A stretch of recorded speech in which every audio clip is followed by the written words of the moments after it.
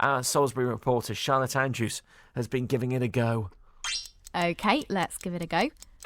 Oh, okay, so I'm a little person and I'm swerving in and out of these cars in a car park. Oh no. Oh, I died.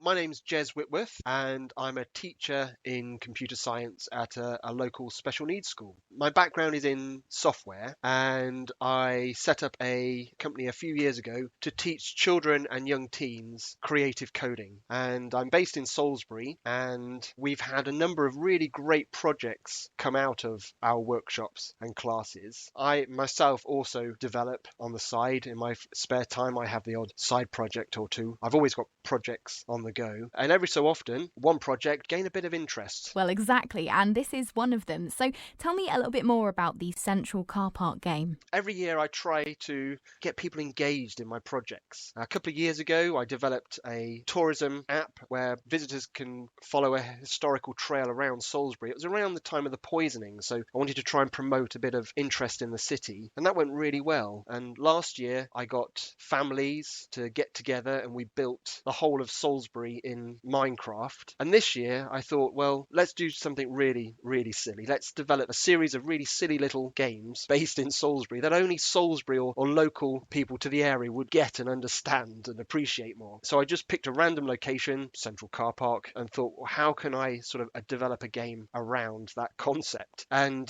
getting out of Salisbury Car Park with bags of shopping was the result. I mean, I love it. We've all been struggling in Central Car Park with shopping bags at some point, haven't we? I had a bit of a go at it earlier. I wasn't very good. You're this little character with bags of shopping, and the idea is you have to navigate through the tiny gaps of the cars. As is often the case in real life, we're all struggling to get through and navigate the car park when it's packed. It's a randomly generated game, so the part where you died or you ended the game, if you restart the game, it's different every time. It's just a silly way of distracting people for 5 minutes so they can have 5 minutes of silly fun. This is all on the computer, isn't it? That's quite retro. You can play it in your web browser, or you can play it on your mobile phone. You're right, it has a very retro feel. One of my lockdown projects was I built an arcade in my back garden. The idea is that's going to be my office where I develop games with a retro feel to them. So why Central Car Park? I always like a challenge, so the most random or silly suggestion the better. And Central Car Park was just one of the first locations that came to mind. And what's next? Are you continuing the Salisbury theme, maybe dodging the stalls at the market, or you're driving in a circuit around Stonehenge?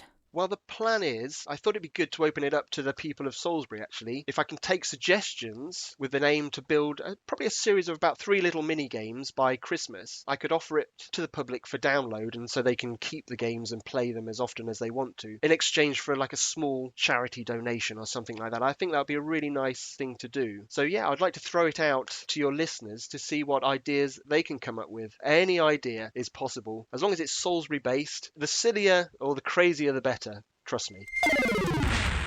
Boom! Video game creator Jez Whitworth with our Salisbury reporter Charlotte Andrews. So your suggestions, please, and we're going to extend this, all right, because I know he's keen on getting his Salisbury ideas, but we're going to make it a Wiltshire computer game that you've got in your mind this morning. 08000 283366. If you want to have a go at that game, by the way, in the meantime, rocketgames.co.uk. Sam the Travel Man, me and you grew up in arcades in places like Weston-super-Mare. We didn't go into them together and cause havoc.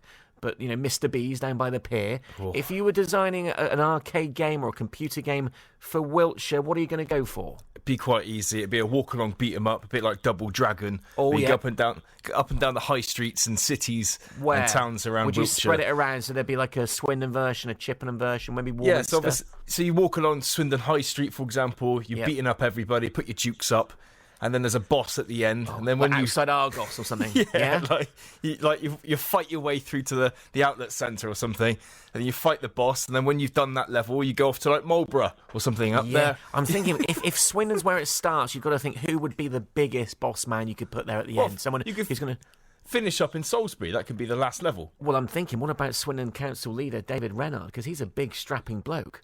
He must be about 6'5".